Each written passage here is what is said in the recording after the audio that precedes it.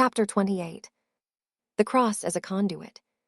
Pain, Power, and Collective Resonance. The cross has become one of humanity's most recognizable symbols.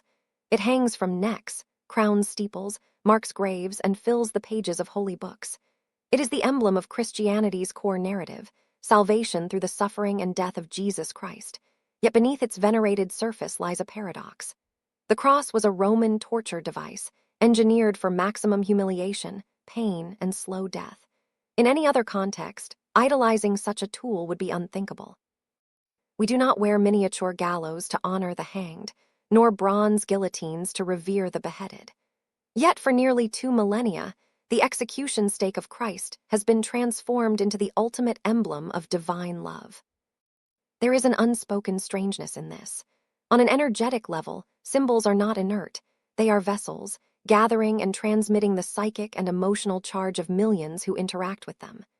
The cross is saturated not only with the hope of redemption, but also with the anguish of betrayal, the brutality of state power, and the archetype of the sacrificial victim.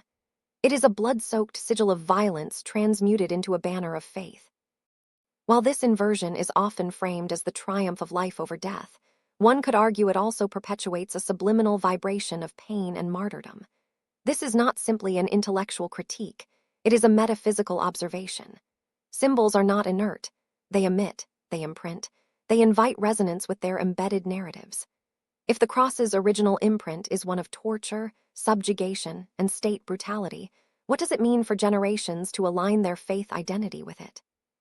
The intersection of geometry and energy deepens the question.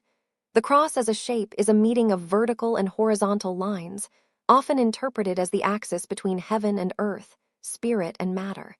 Yet this archetypal purity is not neutral in this context. The Christian cross is not an abstract cross shape. It is the crucifixion cross. It is charged with imagery of nails, blood, and suffering bodies. Its vibration is not merely that of cosmic balance, but of imbalance restored through violence. One might argue this has conditioned generations to accept suffering as the necessary pathway to redemption, embedding a sacrificial template deep within cultural and personal psyche. This sacrificial template has consequences. When the highest spiritual ideal is modeled as a brutal death for a higher cause, it can unconsciously validate patterns of self-neglect, passive endurance of injustice, and the romanticizing of victimhood. It is here that the energetic negativity of the cross as a focal symbol becomes clearest. While the resurrection narrative offers transcendence, the cross itself anchors believers in the scene of execution. The believer is asked to remember, and in a sense, relive, the violence each time they pray before it, wear it, or mark themselves with it. Whether consciously or not, this repetition reinforces the vibrational memory of trauma within the energetic body of the faith. This is not to argue for the erasure of the cross from Christian tradition, but to invite a reevaluation of its role. Could the faith evolve toward symbols that radiate life rather than death, unity rather than execution?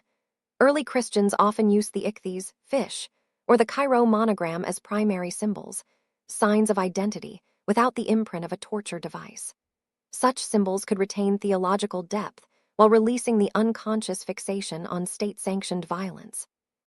To continue without reflection is to risk perpetuating a subtle energetic bondage that the faith itself proclaims to have overcome. In the broader study of symbols, the cross becomes a case study in how meaning can be transformed or distorted over time.